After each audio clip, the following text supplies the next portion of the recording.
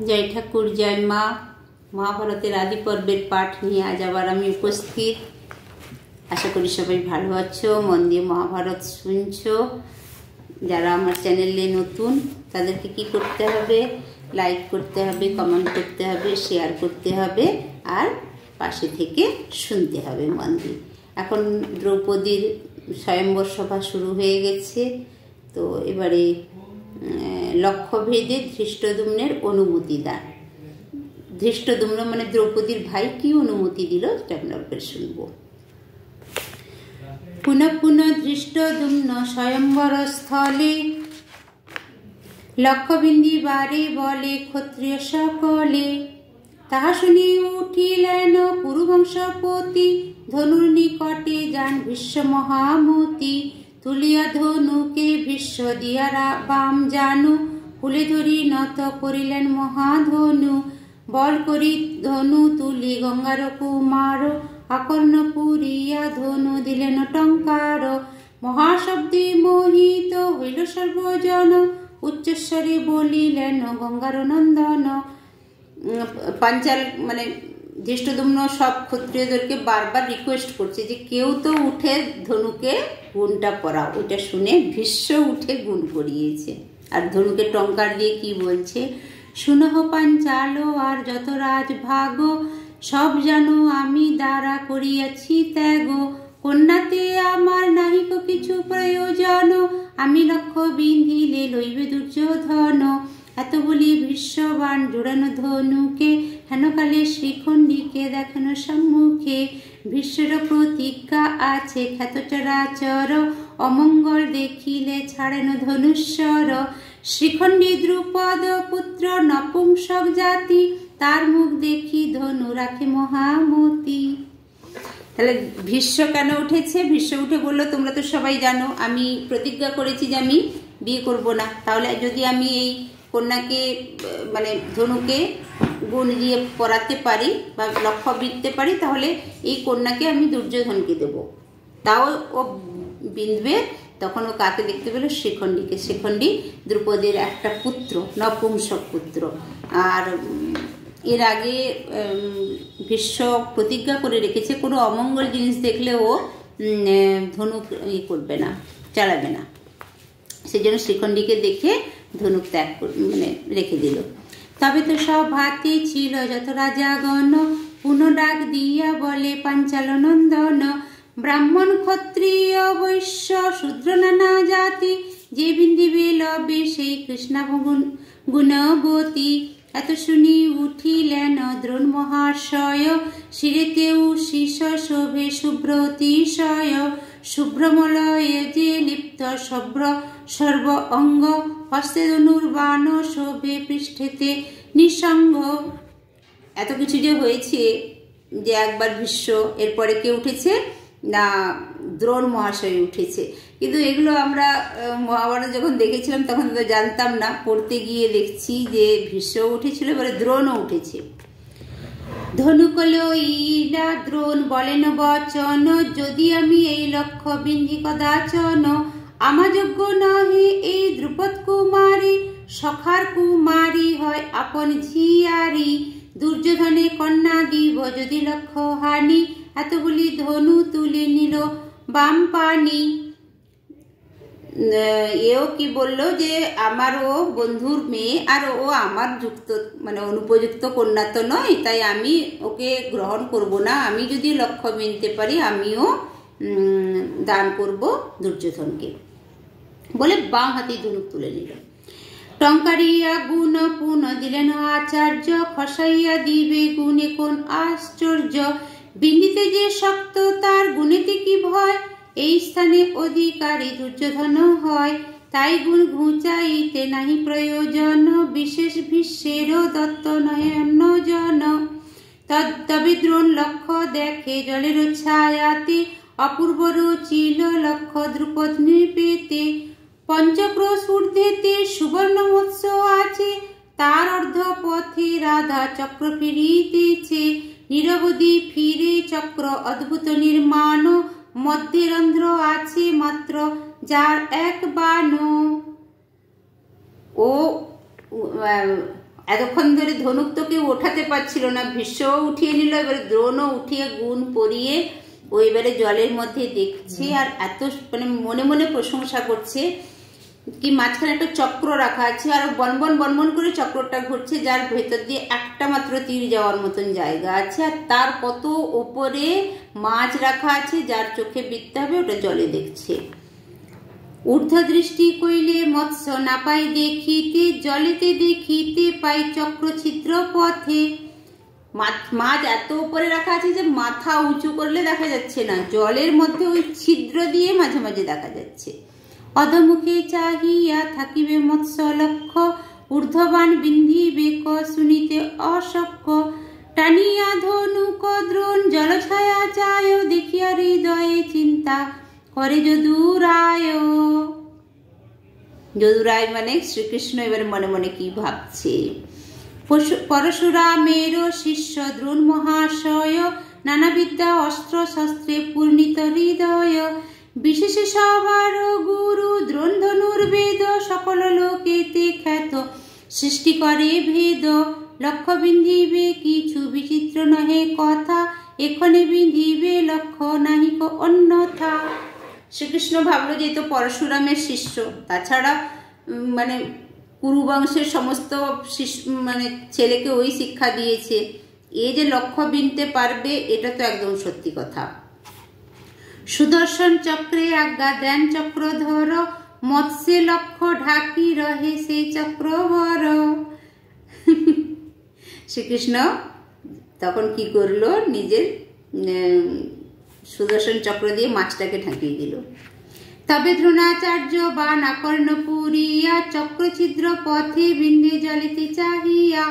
মহাশব্দ উঠে বান গগন মণ্ডলে, সুদর্শনে ঠেকিয়া পড়িল ভূমি তলে। লজ্জিত হইয়া দ্রোণ ছাড়িল ধনুক, সভাতে বসিল গিয়া হয়ে অধমুখ। বাপেরে দেখিয়া লজ্জা ক্রোধে তবে দ্রোণী, ধনু লইয়া ধনু ধরি বাম পানি। ধনু টঙ্কারিয়া বীর চাহি জল পানে, আকর্ণ পুরিয়া চক্র ছিদ্র পথে হানে। গর্জিয়া উঠিল বাণ উল্কার সমান, সুদর্শনে ঠেকিয়া হইল খান খান। দ্রোণ দ্রোণী দোহে যদি বিমুখ হইল, বিষম লজ্জার ভয়ে কেহ না উঠিল। দ্রোণী মানে অশ্বত্থামা, বাপের এ দেখে অশ্বত্থামা নিজে উঠলো, উঠে অশ্বত্থামাও নিয়ে বান চালালো, কিন্তু ওই সুদর্শন চক্রে লেগে ফিরে এলো। তবে কর্ণ মহাবীর সূর্যের নন্দন, ধনুর নিকটে শীঘ্র করিল গমন।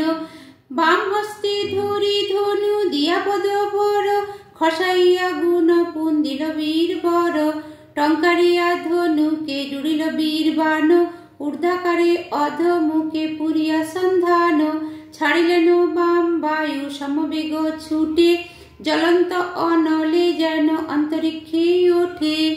সুদর্শন চক্রে ঠেকি চূর্ণ হয়ে গেল, তিলবধ হয়ে বানভূমি ভূতলে পড়িল। এরপরে উঠল কর্ণবীর। কর্ণবীরও ধনুকে গুণ নিজের থেকে খসিয়ে আবার নিজে লাগিয়ে অন্তরিক্ষে বান ছুঁড়ল, সুদর্শনে লেগে ওর বানটা একদম চূর্ণ চূর্ণ হয়ে মাটিতে পড়লো। লজ্জা পেয়ে কর্ণ ধনু ভূতলে ফেলিয়া, অধমুখ হয়ে সভা মধ্যে বসে গিয়া। ভয়ে ধনু পানে কেহ নাহি চাহে আরো, পুনঃ পুনঃ ডাকি বলে দ্রুপদ কুমার।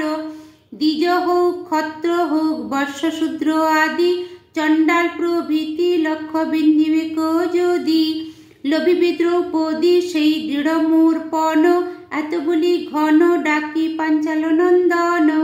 আর কেহ নাহি যায় ধনুকের ভিতে, 21 দিন তথা গেল হেন মতে। একটা 20 দিন এইভাবে চলে গেল। কি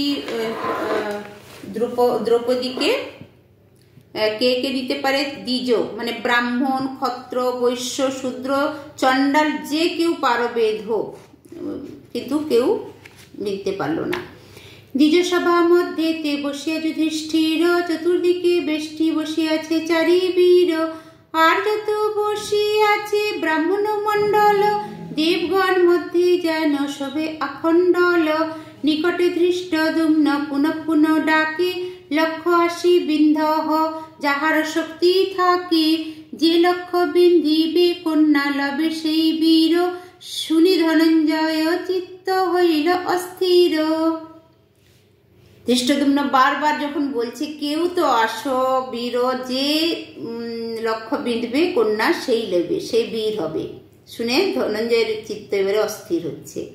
বিন্ধিব বলিয়া লক্ষ্য করি হেন মনে, যুধিষ্ঠির পানেতে চাহেন অনুক্ষণে, অর্জুনেরও চিত্ত বুঝি কহেন ইঙ্গিতে, আজ্ঞা পেয়ে ধনঞ্জয় উঠেন তরিতে। অর্জুন চলিয়া যান ধনুকের ভীতে, দেখিয়া সে দ্বিজগণ লাগে জিজ্ঞাসিতে, কোথাকারে যাহ দ্বিজ কিসের কারণ, সভা হইতে উঠি যাহ কোন প্রয়োজন। যুধিষ্ঠির আজ্ঞা দিল, দুর্যোধন যাচ্ছে দেখে ব্রাহ্মণরাওকে বলছে কেন যাচ্ছ, কি প্রয়োজন তোমার ওখানে। অর্জুন বলেন যাই লক্ষ্য বিন্ধিবারে, প্রসন্ন হইয়া সবে আজ্ঞা দেহ মোরে, শুনিয়া হাসিল যত ব্রাহ্মণ মণ্ডল, কন্যারে দেখিয়া দ্বিজ হইল পাগল। ব্রাহ্মণ মণ্ডল তো হেসেই উঠলো, কেন কি অর্জুন ওদেরকে থেকে যখন পারমিশন চাইলো যে তোমরা আমাকে আশীর্বাদ করো, তো কন্যা দেখিয়া দ্বিজ হইয়া মানে যে ধনুকে পরাজয়, শুনিয়া হাসিল যত ব্রাহ্মণ মণ্ডল, কন্যারে দেখিয়া দ্বিজ হইল পাগল। যে ধনুকে পরাজয় পায় রাজগণ, জরাসন্ধ শল্য দ্রোণ কর্ণ দুর্যোধন, সে লক্ষ্য বিন্ধিতে দ্বিজ চাহে কোন লাজে, ব্রাহ্মণেরে হাসাইলে ক্ষত্রিয় সমাজে। ব্রাহ্মণরা এবারে একটু করছে যে এরকম হাসির কাজ তুমি করতে যেও না, যেটা ব্রাহ্মণরা পারলো না, ক্ষত্রিয়রা পারলো না, তুমি ব্রাহ্মণ হয়ে আর লোক সমাজে হাসিও না, যেও না তুমি। বলিবে ক্ষত্র যত লোভী দ্বিজগণ, হেন বিপরীত আশা করো সে কারণ, বহু দূর হইতে আসিয়াছ দ্বিজগণ, বহু আশা করিয়াছে পাবে বহু ধন, সেসব হইবে নষ্ট তোমার কর্মেতে, অসম্ভব আশা কেন কর দ্বিজ ইতে, অনর্থ না কর আসি বৈশহ ব্রাহ্মণ, এত বলি ধরি বসাইল দ্বিজগণ। ব্রাহ্মণরা ওকে যেতেই দিচ্ছে না, ধরে এনে বসিয়ে দিল। পুনঃ পুনঃ ডাকি বলে দ্রুপদ তনয়, শুনিয়া অস্থির চিত্ত ভীর ধনঞ্জয়, পুনঃ উঠিবারে পার্থ করিলেন মতি, হেনকালে শঙ্খনাদ করেন শ্রীপতি। অর্জুনের খুব যেতে ইচ্ছে, কিন্তু ব্রাহ্মণরাওকে যেতে দিচ্ছে না, ধরে নিয়ে বসে আছে। তখন এমন সময় কৃষ্ণ বাজালো, শঙ্খ বাজালো, শঙ্খনাদ করে উঠল। পাঞ্চজন্য শঙ্খ নাদে ত্রৈলোক্য পুরিল, দুষ্টু রাজগণ শব্দ শুনি স্তব্ধ হইল। শঙ্খনাদ শুনি পার্থ হলেন উল্লাস, ভয়াতুর জনে যেন পাইল আশ্বাস। উঠ উঠ ধনঞ্জয় ডাকে শঙ্খ বর, লক্ষ্য বিন্ধি দ্রৌপদীর লবহ সত্তর। গোবিন্দের ইঙ্গিতে উঠিলেন অর্জুন, পুনঃ গিয়া ধরিলেন যত দ্বিজগণ। দ্বিজগণ বলে বিপ্র হইলে বাতুল, তব কর্ম দেখি মজিবে দ্বিজকুল। শ্রীকৃষ্ণ পাঞ্চজন্য বাজিয়ে অর্জুনকে বারবার ইঙ্গিত করছে, সে তুমি লক্ষ্য বেঁধো আর দ্রৌপদীকে নিয়ে যাও, আর ব্রাহ্মণরা কিছুতেই তাকে যেতে দিচ্ছে না। দেখিলে হাসিবে যত দুষ্ট ক্ষত্রগণ, বলিবে লোভী এই যত দ্বিজগণ।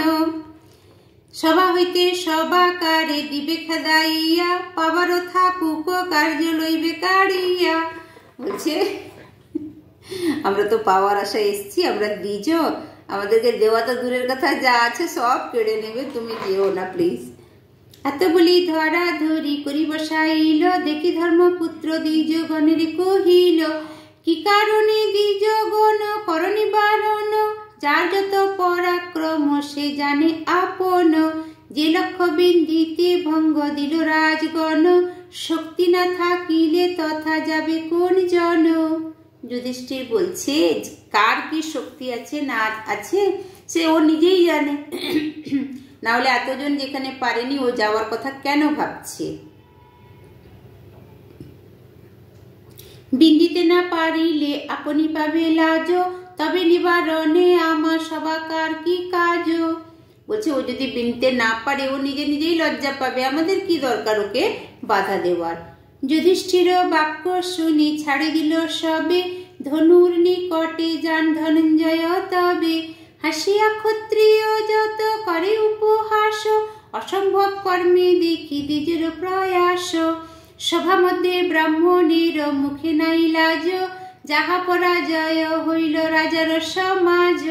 এতক্ষণ ব্রাহ্মণরা বলছিল, এবারে ক্ষত্রিয়রা বলতে শুরু করলো যে এদের লজ্জা শরম নাই, যেখানে ক্ষত্রিয়রা পারছে না সেখানে ওরা এসে গেছে। সুরাসুর জয়ী যেই বিপুল ধনুক, তাহা লক্ষ্যে বিন্ধিবারে চলিল ভিক্ষুক। কন্যা দেখি দ্বিজ কিবা হইল অজ্ঞান, বাতুল হইল কিবা করি অনুমান। বলছে ভিক্ষুকরা কি কারণে যাচ্ছে, মনে হয় মেয়েটাকে দেখে খুব ভালো লেগেছে এই জন্য পাগল হয়ে দৌড়ে যাচ্ছে। কিংবা মনে করিয়াছ দেখি একবার, পারিলে পারিব নহে কি হবে আবার। নির্লজ্জ ব্রাহ্মণী মোরা অল্পে না ছাড়িব, উচিত যে শাস্তি হয় অবশ্য তা দিব। কেহ বলে ব্রাহ্মণের না বলো এমন, সামান্য মনুষ্য বুঝি না হবে এই জন। সবাই যে নেগেটিভ কথা বলছে তা নয়, কেউ কেউ আবার বলছে যে এত সাধারণ ওকে দেখে মনে হচ্ছে না, এরভাবে তোমরা উল্টোপাল্টা কথাই মানুষের সম্পর্কে বলো না। কেহ দ্বিজ মনসিজ জানিয়া মূরতি, পদ্মপত্র যুগ্ম নেত্র পরাশয়ে শ্রুতি।